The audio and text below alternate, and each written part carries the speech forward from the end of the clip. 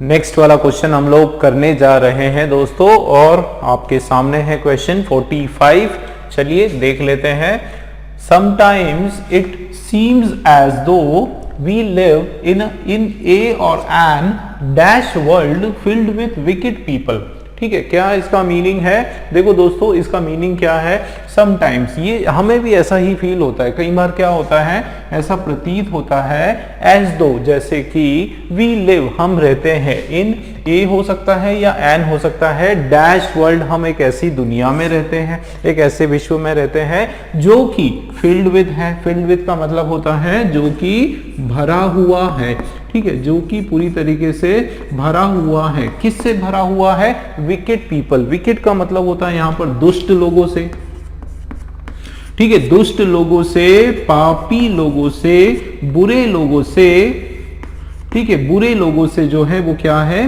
भरा हुआ है पूरा। कई बार ऐसा फील होता है कि पूरी जो विश्व में है, हर जगह जहां देखो वहां बुरे लोग हैं, दुष्ट लोग हैं, पापी लोग हैं, दूसरों का बुरा करने वाले लोग हैं। देखो इस तरह की फीलिंग कब आती है? जब कोई हमसे चीट करे, हम उससे बहुत सांत्वना की उम्मीद करें, हम उससे उम्मीद करें कि वो हमारे साथ अच्छा करने वाला है, बड़े बड़े हमसे वादे करता है और तुरंत एकदम से वो पलट जाता है, हमारे साथ धोखा होता है। उस पर्टिकुलर स्थिति में हमको लगता है कि सारी दुनिया बिल्कुल ऐसी है। तो यहाँ पर इसी तरीके का एक सेंटेंस यूज हो रहा है दोस्तों। ठीक है, इसी टाइप का सेंटेंस है कि कई बार क्या होता है, ऐसा प्रतीत होता है, ऐसा सीम्स दैट। देखो इट, थोड़ा सा हम लोग स्ट्रक्चर भी स्टडी करते हैं। सिंगुलर यहाँ पर सब्जेक्ट, तो सिंगुलर वर्ब। चलिए, तो इट सीम्स एज दो। एज दो मतलब जैसे कि, जैसे कि कैसा यहाँ पर फील होता है कि हम जो है वो रहते हैं। देखो ये भी स्टडी करते हैं। वर्ब, ये आपका प्लूरल आपका नाउन है या प्लूरल प्रोनाउन है, तो उस कंडीशन में ये प्लूरल वर्ब हो गया कि हम रहते हैं इन। अब देखो आर्टिकल आया, ध्यान देना दोस्तों, क्या आया? आर्टिकल या तो ए होगा या फिर एन होगा। लेकिन एक चीज ध्यान दो कि ये ब्लैंक, यहां पर आर्टिकल। अब आर्टिकल के बाद क्या आता है? नाउन आता है। लेकिन अगर ऑलरेडी नाउन है, अगर पहले से नाउन दिया हुआ है तो क्या आएगा? जाहिर सी बात है, इस नाउन को डिफाइन करने वाला, इस नाउन को डिस्क्राइब करने वाला जो शब्द है एडजेक्टिव, वो यहां पर आने वाला है। ठीक है ना, क्या आएगा दोस्तों? एडजेक्टिव आएगा, विशेषण यहां पर आने वाला है। अब देखो कि ऐसा प्रतीत होता है कई बार कि हम एक ऐसे दुनिया में रहते हैं जो कि पूरी तरीके से भरा हुआ है पापी लोगों से, दुष्ट लोगों से। ठीक है, अब एक चीज बताओ मुझे कि कौन सा सेंस की यहां पर बात हो रही है? किस सेंस की? भाई अच्छी बात कर रहे हैं या फिर एक नेगेटिव सेंस का फीलिंग आ रहा है? देखो कई बार ऐसा लगता है कि हम ऐसे दुनिया में रहते हैं। बताओ जरा कैसी दुनिया में? बहुत अच्छी, बहुत सुहावनी दुनिया में रहते हैं जहां पर पापी लोग रहते हैं? नहीं होगा इस तरीके से, है ना? जाहिर सी बात है, कैसी दुनिया है, कैसा वर्ल्ड है? कोई नेगेटिव एडजेक्टिव है यहाँ पर। ठीक है ना, कोई नेगेटिव एडजेक्टिव की बात हो रही है जो कि भरा हुआ है विकेड पीपल। अगर यहाँ पे होता हेल्पिंग पीपल या बहुत ही काइंड पीपल तो हम लोग मानते हैं कि यहाँ पर पॉजिटिव वर्ड है, लेकिन नेगेटिव लोग हैं तो यहाँ पर नेगेटिव वर्ड होगा। ठीक है, ये क्लियर हुआ। अब देखो दोस्तों, दो बहुत ही इंपॉर्टेंट इंफॉर्मेशन पता चली। एक तो क्या कि एडजेक्टिव, दूसरा नेगेटिव। अब देखो इसको देखते हैं, अपैथेटिक।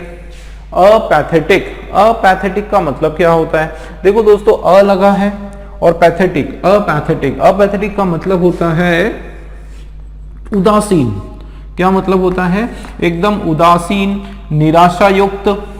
ठीक है, बिल्कुल उदासीन आप बोल सकते हो, या फिर आप इसको बोल सकते हो अनिच्छुक। क्या बोल सकते हो? अनिच्छुक। ऐसा व्यक्ति या ऐसी परिस्थिति जिसमें कोई इच्छा ना हो, बिल्कुल कोई कुछ करने की इच्छा शक्ति ना हो, एकदम उदासीन, एकदम आप बोल सकते हो लूज, या फिर जो एकदम थका हुआ, या जो ये मान के चलो कि कुछ करना ही नहीं चाहता है अपने जीवन में, या कुछ ऐसा बिल्कुल ठंडा जिसको हम बोलते हैं। तो यहाँ पर ये जो वर्ड है ये आपका एक एडजेक्टिव है दोस्तों। ठीक है ना, ये क्या है? एडजेक्टिव है। और कौन से सेंस का है? नेगेटिव सेंस का एडजेक्टिव है। दो चीजें हैं, जो हमको चाहिए था वो मिल गया, मतलब ये हो सकता है। देखो दोस्तों, इसी तरीके का एक और वर्ड होता है। अगर आप इसमें से अ हटा दो, अपैथेटिक के अंदर में से अ हटा दो, तो वो हो जाएगा पैथेटिक।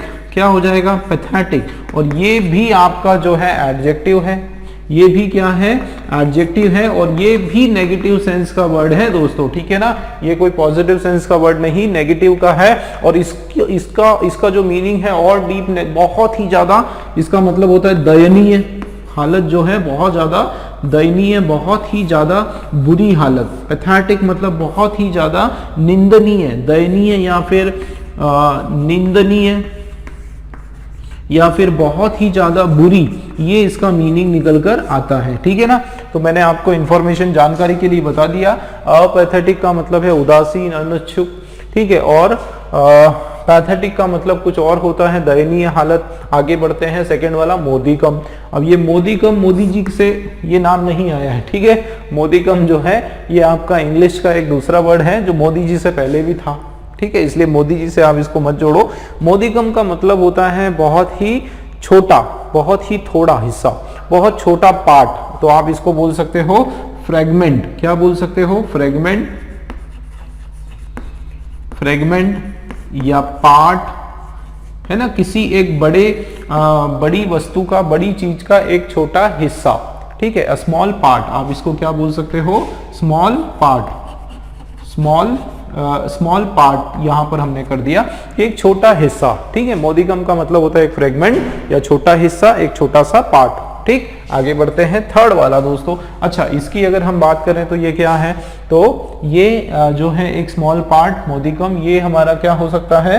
नाउन ये है, ठीक है, क्या है? नाउन है। अब देखो हॉस्टिलिटी। अब हॉस्टिलिटी का क्या मतलब होता है दोस्तों? हॉस्टिलिटी ये आपका एक नाउन है, लास्ट में क्या है? हॉस्टिलिटी, एसटी आएगा, तो ये आपका कोई एडवर्ब नहीं है, ठीक है।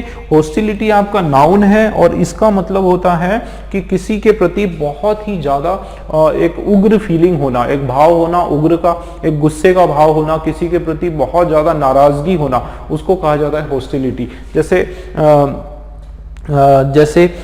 he has the great hostility, he has the hostility for liars, कि उसमें जो है झूठ बोलने वालों के प्रति बहुत ज्यादा शत्रुता है। वो ऐसे लोग जो बहुत ज्यादा झूठ बोलते हैं उससे वो नफरत करता है। he has a hostility for liars, उसको लायर्स से, झूठे लोगों से हॉस्टिलिटी है। तो ये मैंने आपको बता दिया। अब देखो हॉस्टिलिटी मतलब एक तरह से आप बोल सकते हो शत्रुता, है ना, कठोर शत्रुता, किसी के प्रति बहुत ज्यादा गुस्सा दिखाना, नफरत दिखाना, शत्रुता या नफरत का भाव दिखाना, ठीक है। ये इसका मीनिंग यहां पर निकल कर आ रहा है। लेकिन ये क्या है दोस्तों? नाउन है। अगर इसके सेंस की बात करो तो कौन सा सेंस है? नेगेटिव सेंस है। तो अभी तक हमने जो है चलिए नेक्स्ट देखते हैं, फोर्थ वाला। देखो फोर्थ वाला इनडिफरेंट। अब दोस्तों डिफरेंट और इनडिफरेंट दोनों ही वर्ड, दोनों का कोई लेना देना नहीं, दोनों एक दूसरे से बहुत ज्यादा अलग मीनिंग है। भाई डिफरेंट का मतलब क्या होता है समझ लेते हैं। डिफरेंट का मतलब होता है अलग, ठीक है, अलग। और यहां पर ये वर्ड है इनडिफरेंट। इनडिफरेंट का दोस्तों मतलब होता है उदासीन। क्या मतलब होता है? एकदम निठल्ला जिसको बोलते हैं, जिसको कोई भी काम नहीं करना है, उदासीन आप बोल सकते हो। बिल्कुल सेम मीनिंग है जो हमने इसमें देखा था, पैथेटिक के अंदर जो हमने देखा था, वही मीनिंग होता है इनडिफरेंट का। आप बोल सकते हो नॉट इंटरेस्टेड। इनडिफरेंट मतलब नॉट इंटरेस्ट, जो अरुचि रखना, किसी चीज में कोई रुचि नहीं रखना, एकदम उदास सा रहना, उसमें बिल्कुल मन ना लगाना, इस तरह का सेंस आ रहा है। मतलब ये भी आपका क्या है? एडजेक्टिव है। ये भी दोस्तों आपका एडजेक्टिव है। और कौन से सेंस का है? नेगेटिव सेंस का हमारा एडजेक्टिव है। अब हमको चाहिए था नेगेटिव सेंस का, तो देखो ये भी वर्ड है और दूसरा फोर्थ है। तो वन और फोर, ठीक है दोस्तों, 1 और 4 तो हमारे पक्के हो गए, 1 4 हमारे पक्के हो गए। अब हम देखते हैं कि 2 या 3 क्यों नहीं होगा। देखो सेकंड वाला होगा या नहीं। देखो नाउन है तो sometime it seem as though we live in मोदीकम world. कैसे वर्ड में? मोदीकम वर्ल्ड में। हम ऐसे दुनिया में ऐसे उसमें रहते हैं जो कि बहुत ही फ्रेगमेंट है, बहुत ही छोटा है। क्या इस तरह का मीनिंग होगा यहाँ पर? भाई इस तरह का मीनिंग होगा क्या कि बहुत ही छोटा वर्ल्ड? भाई वर्ल्ड छोटा थोड़ी होगा। हमको ऐसा फील होता है कि हम एक छोटे मोदीकम चलिए छोटे वर्ल्ड में रहते हैं। लेकिन यहाँ क्या लिखा है? Field with wicked people. तो ये छोटी दुनिया, छोटा वर्ल्ड कब बोलेंगे? जब अचानक हमसे कोई हमारा बहुत ही पुराना दोस्त ऐसी अनजान सी जगह पर वो हमसे टकरा जाए, तो हम बोल सकते हैं we live in a modicum world, मतलब जहां पर लोग सब एक दूसरे को जानते पहचानते हैं। लेकिन यहाँ कुछ और सेंस आ रहा है, यहाँ पर ऐसे वर्ल्ड की बात की जा रही है जो कि विकेड पीपल से, दुष्ट लोगों से पूरी तरीके से भरा हुआ है। इसका मतलब यहाँ पर कोई नेगेटिव आना चाहिए ये, और नाउन तो आएगा नहीं। क्यों? क्योंकि एक नाउन ऑलरेडी है, तो ऑलरेडी एक नाउन है, दूसरा नाउन यहां पर नहीं लग रहा है। इसका मतलब सेकंड वाला दोस्तों कैंसिल किया। अच्छा, हॉस्टिलिटी ये भी नाउन है, ये भी नाउन है, we live in a hostility world, तो ये कोई सेंस नहीं हो रहा है। होस्टाइल वर्ल्ड जरूर हो सकता था, क्या हो सकता था? होस्टाइल वर्ल्ड, क्योंकि वो होता है एडजेक्टिव, और उसका मतलब भी यही होता है कि शत्रुता या बहुत ही बुरी विश्व दुनिया में हम रहते हैं। तो ये भी हमारा नाउन होने के कारण कैंसिल हो गया दोस्तों। इसका मतलब आंसर हमारा फर्स्ट और फोर्थ, ये हमारा आंसर है। फर्स्ट और फोर्थ क्या है, कहां पर है ऑप्शन? फर्स्ट वाला, ए वाला जो है ये हमारा करेक्ट है। Only 1 and 4। ठीक है दोस्तों, क्लियर है? चलिए नेक्स्ट क्वेश्चन देखते हैं। स्वागत दोस्तों एक बार फिर से। नेक्स्ट क्वेश्चन हम लोग देखने वाले हैं 46 वाला क्वेश्चन जो है ये हम लोग देखेंगे। 2 इसमें ब्लैंक्स हैं, 2 इसमें फिलर्स हैं। चलिए शुरू करते हैं दोस्तों। देखो क्या लिखा है, at the time of going deer hunting the king's men were dressed in dash so that they can dash into nature's background। ठीक है, क्या यहां पर बोला जा रहा है, क्या इसका मीनिंग है? देखो, at the time of going deer hunting, ये आपका एक सीधा सीधा सेंटेंस है, और शुरुआत किससे हो रहा है? हो रही है टाइम एट से। देखो, at the time of going deer hunting, की डियर हंटिंग जो हिरण शिकार, हिरण के शिकार, ठीक है, हिरण का शिकार करने के समय है ना, हिरण के शिकार के लिए जाने के समय, उस समय है ना, उस समय की यहाँ पर बात हो रही है। ये आपका फ्रेज ऑफ टाइम जो है, क्या है? फ्रेज ऑफ टाइम, कि किस समय, जिस समय हिरण का मतलब हिरण के शिकार करने के समय क्या करना चाहिए? द किंग्स मैन, उस समय क्या? द किंग्स मैन, जो राजा है, ठीक है, राजा के लोग, यहाँ पे मैन मतलब लोग। अब ये देखो, मैन MEN है, मतलब ये हमारा प्लूरल नाउन है कि राजा के जो लोग हैं। अब देखो प्लूरल नाउन है और इसलिए यहाँ पर प्लूरल वर्ब हुआ पास्ट टेंस का। ठीक है, तो राजा के जो लोग हैं वर ड्रेस्ड, वो क्या हुए? वर ड्रेस्ड। ड्रेस्ड का मतलब है उन्होंने जो पोशाक पहनी है वो पहनी हुई थी। किस तरह से पहनी हुई थी? देखो, वर आया और उसके बाद वर्ब का थर्ड फॉर्म आया। ठीक है ना, वर्ब का थर्ड फॉर्म आ रहा है दोस्तों। इसका मतलब देखो, कभी भी इस तरह का स्ट्रक्चर आता है जहां पर आपका हेल्पिंग वर्ब है, ध्यान देना, और उसके बाद सीधा वर्ब का थर्ड वाला फॉर्म है। इसका मतलब ये पूरा जो सेंटेंस है वो हमारा पैसिव वॉइस में है। ठीक है ना, किस वॉइस में है? पैसिव वॉइस में है। देखो, तो किंग्स मैन जो है वो उन्होंने पोशाक पहनी हुई थी। इन, वर ड्रेस्ड इन, अब देखो इन आया, और पैसिव वॉइस जो है इसमें क्या होता है दोस्तों कि वर्ब का थर्ड फॉर्म, उसके बाद प्रीपोजिशन आता है, उसके बाद क्या आता है?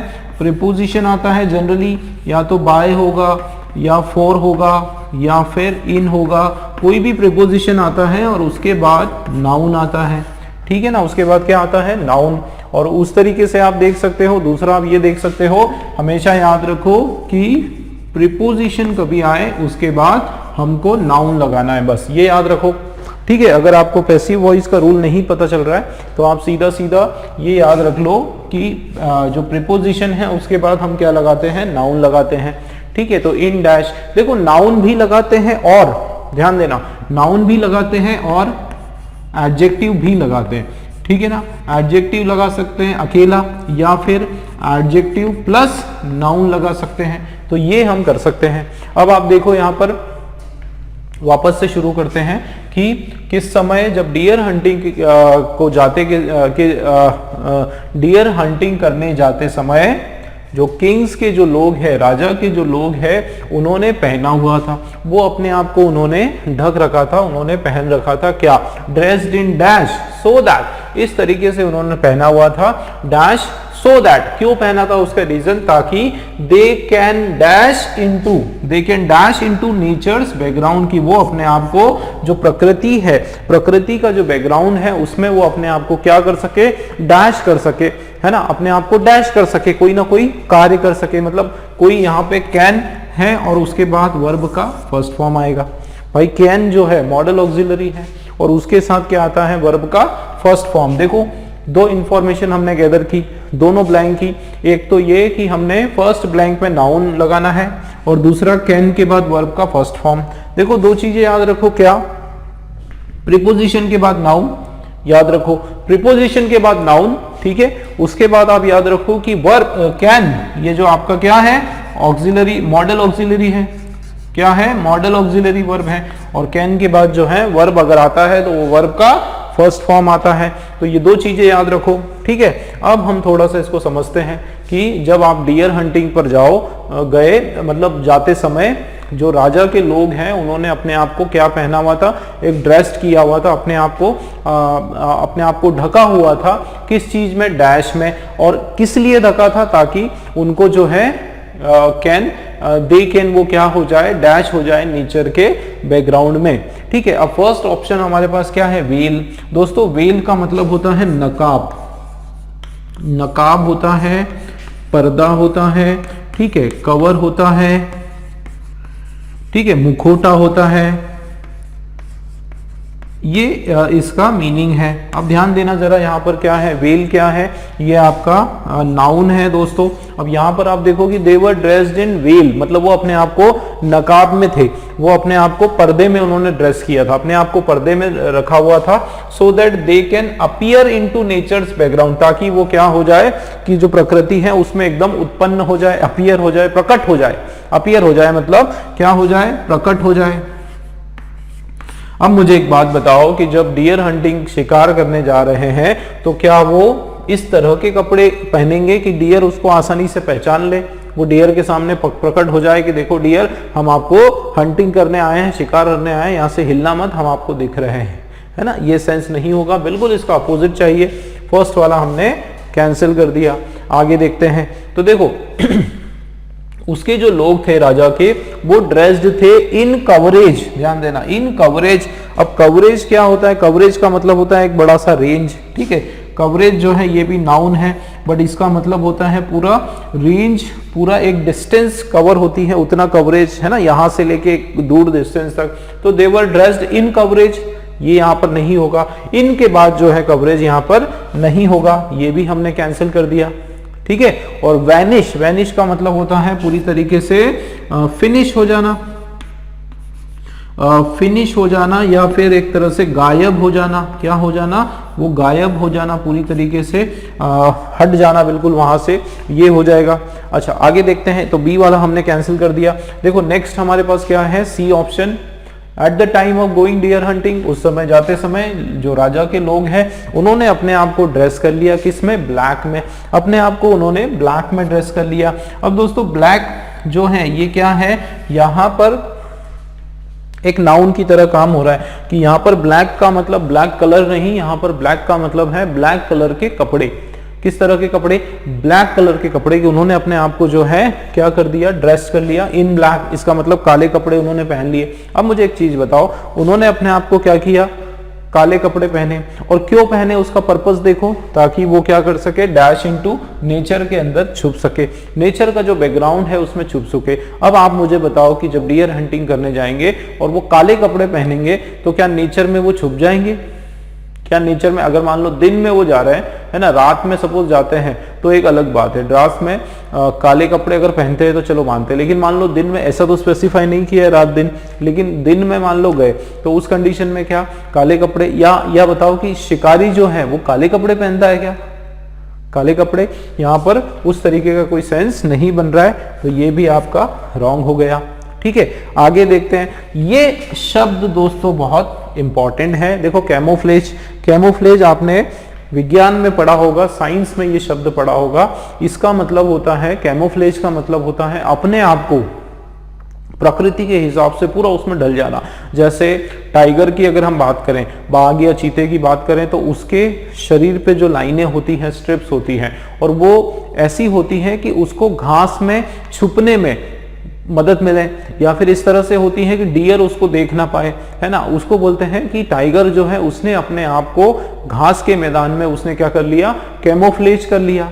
आपने कैमेलियन का नाम सुना होगा, गिरगिट जो है वो जो अपना रंग बदल देता है, वो बेसिकली वो करता क्या है कि अपने आप को ढाल लेता है प्रकृति के हिसाब से, उसको कहा जाता है कैमोफ्लेज। ऐसी कुछ अपने अंदर की क्वालिटीज जिसके कारण प्रकृति के हिसाब से अपने आप को ढाल लेना, उसको कहा जाता है, उस क्वालिटीज को, उस एबिलिटी को कहा जाता है कैमोफ्लेजिंग।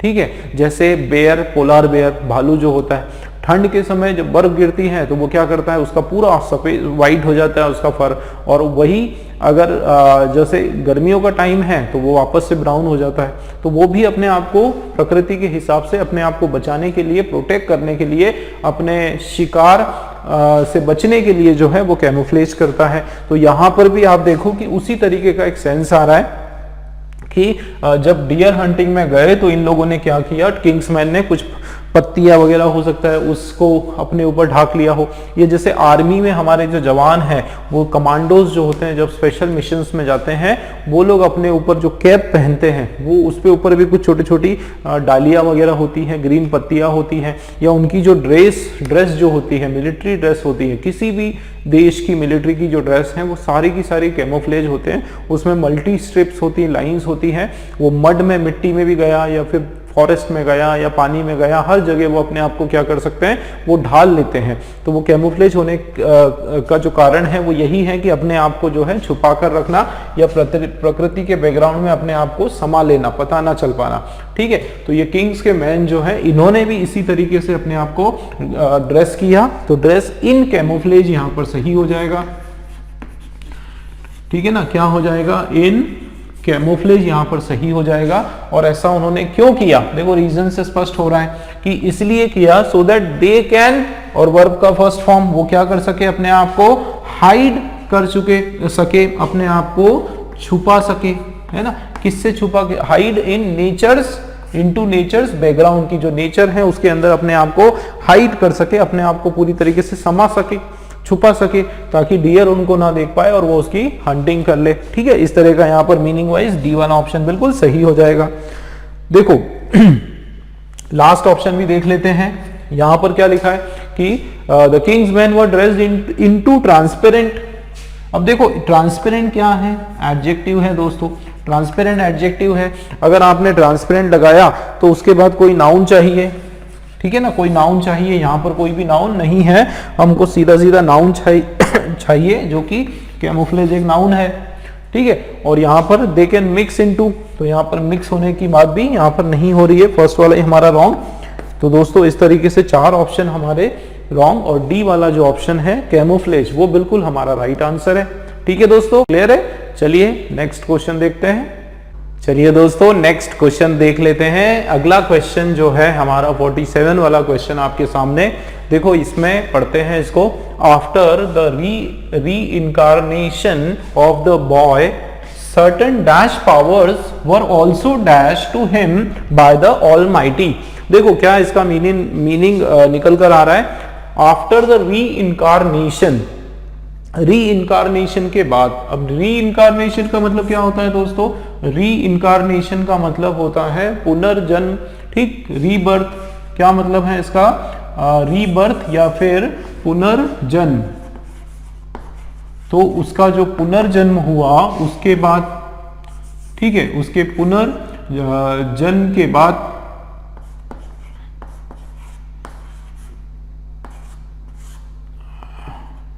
ठीक है, पुनर्जन्म के बाद में यहां पर क्या बताया जा रहा है कि उसके पुनर्जन्म के बाद में, ऑफ अ बॉय, उस लड़के के पुनर्जन्म के बाद में फिर क्या हुआ, सर्टन। अब देखो सर्टन है यहां पर, ध्यान देना दोस्तों, सर्टन का मतलब होता है कुछ। अब कुछ, और एक चीज मैं आपको बताऊं कि कभी भी सर्टन आया या ऑल आया या मैनी आया, क्योंकि ये आपके जो वर्ड्स हैं ये बेसिकली आपका एक एडवर्ब है जो कि प्लूरल सेंस देता है। ठीक है, तो यहाँ पे अच्छा नहीं, ये आपका क्या है, हाँ एडवर्ब है ये, और प्लूरल सेंस देता है। ये एडवर्ब की तरह भी हम लोग इसको यूज कर सकते हैं, इसको हम एडजेक्टिव की तरह भी यूज कर सकते हैं। तो ये क्या कर रहा है, इसके बाद हमेशा जो नाउन आएगा वो कैसा आएगा दोस्तों, प्लूरल नाउन आएगा। ठीक है, तो नाउन ऑलरेडी यहाँ पर दिया हुआ है, ठीक है ना, यहाँ पर नाउन पहले से दिया है कि certain dash powers after the reincarnation of certain of the boy, certain dash powers. इसके पहले कि हम लोग आगे बढ़े हम इसका पता करते हैं कि ये क्या होना चाहिए। आप देखो क्या लिखा है, कुछ डैश पावर्स। अब पावर्स हमने पता किया नाउन है कैसे नाउन है, प्लूरल नाउन है। अब नाउन के पहले क्या आता है बताओ जरा, नाउन के पहले क्या आता है भाई, नाउन के पहले हम लगाएंगे, क्या लगाएंगे, एडजेक्टिव लगाएंगे। जाहिर सी बात है, नाउन को डिफाइन करने के लिए जो वर्ड है वो आने वाला है, क्या आने वाला है, एडजेक्टिव। चलिए, तो इतना हमने क्लियर किया कि उसका जो पुनर्जन्म हुआ उस लड़के का, उसके बाद कुछ dash powers were also dash to him by the almighty, कि वो उसको डैश किए गए, वो उसको क्या किए गए, डैश किए गए। किसके द्वारा, ध्यान देना दोस्तों, किसके द्वारा डैश किए गए, ऑलमाइटी के द्वारा डैश किए गए। देखो ऑलमाइटी का मतलब गॉड, ईश्वर, भगवान। अब देखो के द्वारा, यहां पर बाय मतलब क्या सेंस आ रहा है, के द्वारा। दोस्तों एक चीज बताऊं, कभी भी इस तरीके से बाय द, टू हिम, इस तरीके से कभी भी के द्वारा का सेंस आता है, आप समझ जाओ कि आपका जो सेंटेंस है वो किस में है दोस्तों, पैसिव वॉइस में है। और जैसे ही पैसिव वॉइस में आपको सेंटेंस पता चले, आपको इसका स्ट्रक्चर जो है वो पता हो जाना चाहिए। यहां पर आप देखो इसका स्ट्रक्चर क्या है, किसकी बात हो रही, डैश पावर्स की। तो ये हम मान लेते हैं हमारा पावर्स जो है ये हम मान लेते हैं ऑब्जेक्ट। ठीक, उसके बाद वर्ब जो है ये क्या है दोस्तों, हेल्पिंग वर्ब। क्या है, हेल्पिंग वर्ब। दोस्तों एक, अगर चाहे आपको पैसिव वॉइस में और कुछ याद रहे ना रहे, एक चीज हमेशा याद रखना, एक चीज हमेशा याद रखना दोस्तों पैसिव वॉइस में, कि आपका जो मेन वर्ब है वो हमेशा, चाहे कुछ भी हो जाए पैसिव वॉइस में, हमेशा थर्ड फॉर्म में होता है। मेन वर्ब आपका हमेशा कैसा होता है, थर्ड फॉर्म में होता है। कब लगता है, हेल्पिंग वर्ब के बाद में लगता है, हेल्पिंग वर्ब के बाद में लगता है। ये ऑल्सो आपका जो है एडवर्ब है, इसको नहीं लगाओगे तो थोड़ा सा प्रेशर कम हो जाएगा, फोर्स कम हो जाएगा, बाकी स्ट्रक्चर आपका चेंज नहीं होने वाला है। तो वर्ब और उसके बाद यहां क्या लगने वाला है, मेन वर्ब का थर्ड वाला फॉर्म लगने वाला है। देखो मैं स्ट्रक्चर बता रहा था कि मेन वर्ब उसका थर्ड फॉर्म, और उसके बाद कुछ एक्स्ट्रा वर्ड आ सकता है, बट स्ट्रक्चर के हिसाब से बाय, और उसके बाद जो है सब्जेक्ट। उसके बाद क्या दोस्तों, सब्जेक्ट। तो यहां पर सब्जेक्ट क्या है हमारा, ऑलमाइटी है ना। इसको हम देखो वर आ गया और यहाँ पर ऑलमाइटी आ गया, ये हमारा सब्जेक्ट है। अब अगर हम इस तरह से चलें इसके हिसाब से कि देखो पावर्स वर, ये हो गया हमारा मेन वर्ब का कौन सा फॉर्म, थर्ड फॉर्म, तो वो हमने लगा दिया to him by the almighty. ठीक है, तो दो इंफॉर्मेशन हमने गैदर की, एक एक इंफॉर्मेशन हमने गैदर की, किसकी दोस्तों, हमारे ब्लैंक्स की। कि फर्स्ट हमने पता किया कि पहला वाला जो ब्लैंक है उसके अंदर क्या आने वाला है, विशेषण आने वाला है, एडजेक्टिव आने वाला है। दूसरा हमने पता किया कि ये हमारा वर्ब आने वाला है, जो कि कौन सा होगा दोस्तों, थर्ड फॉर्म होगा। ठीक, अब हम लोग ट्राई करते हैं कि इसका सेंस क्या होना चाहिए भाई, पॉजिटिव सेंस में होना चाहिए या नेगेटिव सेंस में होना चाहिए, देख लेते हैं। तो देखो री इनकारनेशन के बाद उस लड़के का जो रीबर्थ हुआ, पुनर्जन्म हुआ, उसके बाद क्या हुआ, उसके बाद कुछ डैश पावर जो है वो। अब एक चीज बताओ, पुनर्जन्म होता है, इस तरह की कोई चीजें होती है तो क्या होता है, कुछ डैश पावर होता है, कमजोर पावर होगा या अच्छा पावर होगा। अब सीधी सी बात है, पावर जो शब्द है वो अपने आप में पॉजिटिव है, ध्यान रखना। पावर जो वर्ड है दोस्तों वो अपने आप में क्या है, पॉजिटिव वर्ड है। और देखो यहां पर क्या है, किसी नेगेटिव पावर की बात हो रही है या पॉजिटिव की, तो देखो उसके बाद कुछ जो है dash power also given to him by the almighty. अब एक चीज बताओ, ईश्वर जो है क्या वो खराब पावर देंगे, क्या वो नेगेटिव पावर देंगे, क्या वो ऐसे पावर देंगे, नहीं भाई। ईश्वर है वो तो सबका साथ देते हैं, सबका भला चाहते हैं। ईश्वर कभी भी हमें बुरी शक्ति हमको नहीं देते। ईश्वर हमेशा अपने को क्या देते हैं, अच्छी शक्ति देते हैं। मतलब यहाँ पर जो भी एडजेक्टिव आएगा दोस्तों पॉजिटिव सेंस का आने वाला है, ठीक है ना। जो भी एडजेक्टिव आएगा पॉजिटिव सेंस का आएगा। आगे देखते हैं कि power were also dash to him, तो डैश टू हिम, तो डैश का मतलब यहाँ पर कुछ ना कुछ पॉजिटिव सेंस में ही आ रहा है कि उसको दिया गया, ऐसे पावर जो है उसको दिए गए इस तरीके से। तो जो भी हमारा वर्ब आना है यहाँ पर भी पॉजिटिव आना है, मतलब दोनों ही ब्लैंक में हमारे पॉजिटिव सेंस के पिलर्स आने वाले हैं दोस्तों। ठीक है, अब देखते हैं फर्स्ट वाले ऑप्शन में क्या क्या है। तो देखो सर्टन डैश पावर्स, और हमको पता है कि पॉजिटिव है, तो अमेजिंग पावर, अमेजिंग पावर का मतलब बहुत ही सुंदर, बहुत ही वंडरफुल, बहुत ही वंडरफुल, बहुत ही अच्छे पावर, बहुत ही अच्छे पावर, इस तरीके की बात हो रही है। चलिए मान लेते हैं पॉजिटिव सेंस में है। ठीक है, और क्या है, देखो आईएनजी वर्ड है, ये भी याद रखना दोस्तों, आईएनजी वर्ड्स को भी हम लोग एडजेक्टिव की तरह यूज कर सकते हैं, तो इसमें कोई दिक्कत नहीं। चलिए ए हो सकता है। आगे बढ़ते हैं। रिमार्केबल पावर, देखो रिमार्केबल का मतलब होता है नोटिसेबल, जिसको हम ज्यादा समय तक याद रख सके। ठीक है, नोटिसेबल, नोटिसेबल पावर है। चलिए ये भी मान लेते हैं कि हो सकता है, क्यों, क्योंकि एबल लिया है जो कि हमारा पॉजिटिव सेंस का भी है और एडजेक्टिव भी है, तो मान लेते हैं कि ये भी होगा।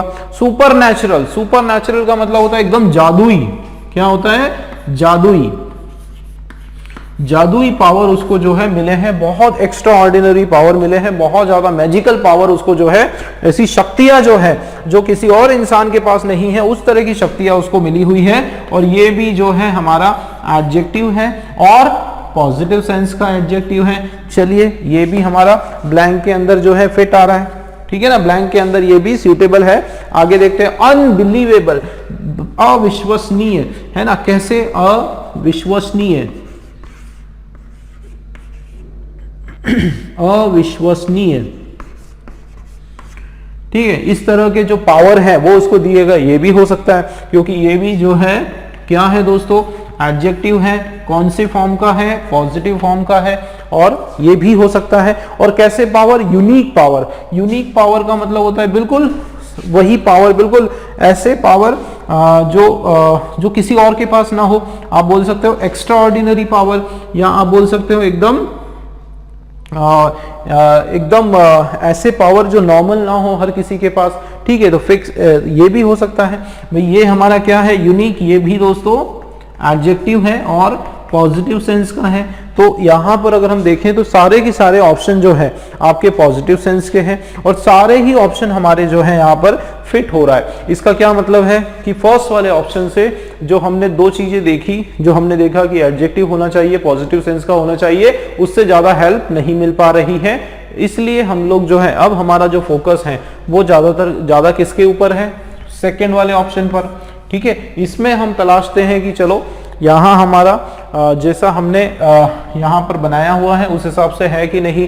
तो देखो वर ऑल्सो, एक चीज तो डन है, बाय द ऑलमाइटी, ये हमारा पैसिव वॉइस है, मेन वर्ब का थर्ड फॉर्म है, और कैसा होना है, पॉजिटिव होना है। आप देखो were also confer to him, ये क्या है दोस्तों, वर्ब का फर्स्ट फॉर्म है, और कन्फर करने का मतलब है उसको गिवन। ठीक है, क्या होता है इसका मतलब, गिव, गिव होता है, गिवन नहीं। वर ऑल्सो गिव, ऑफर है ना, गिव या उसको ऑफर किया गया, क्या किया गया, ऑफर किया गया।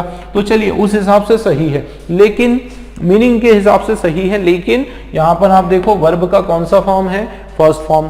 क्या यहां पर फर्स्ट फॉर्म आएगा, सर्टन पावर्स वर ऑल्सो, क्या हो रहा है, confer to him, confer to him नहीं होगा, कन्फर्म्ड टू हिम, तो कन्फर्म भी रॉन्ग हो गया, या फिर conferred to him, pass on to him, तो यहां पर वर्ब का फर्स्ट फॉर्म है, इस कारण ये रॉन्ग, मतलब ए वाला ऑप्शन हमारा कैंसिल। ठीक है, ए वाला ऑप्शन हमारा कैंसिल हुआ। आगे देखते हैं। तो देखो certain dash powers were also contribution to him, तो ये हमारा क्या है दोस्तों, TION आया, मतलब ये नाउन है, तो नाउन नहीं चाहिए, वर्ब का थर्ड फॉर्म चाहिए, रॉन्ग, इसको कैंसिल करो। यहां पर क्या लिखा है, ब्रॉट, ये है हमारा वर्ब का सेकंड भी है और वर्ब का थर्ड फॉर्म भी है, ब्रॉट टू हिम। और यहाँ ये पॉजिटिव सेंस में भी हुआ है कि कुछ ऐसे पावर जो है उसको उसके पास लाए गए, देखते हैं, ये भी हो सकता है। आगे बढ़ते हैं।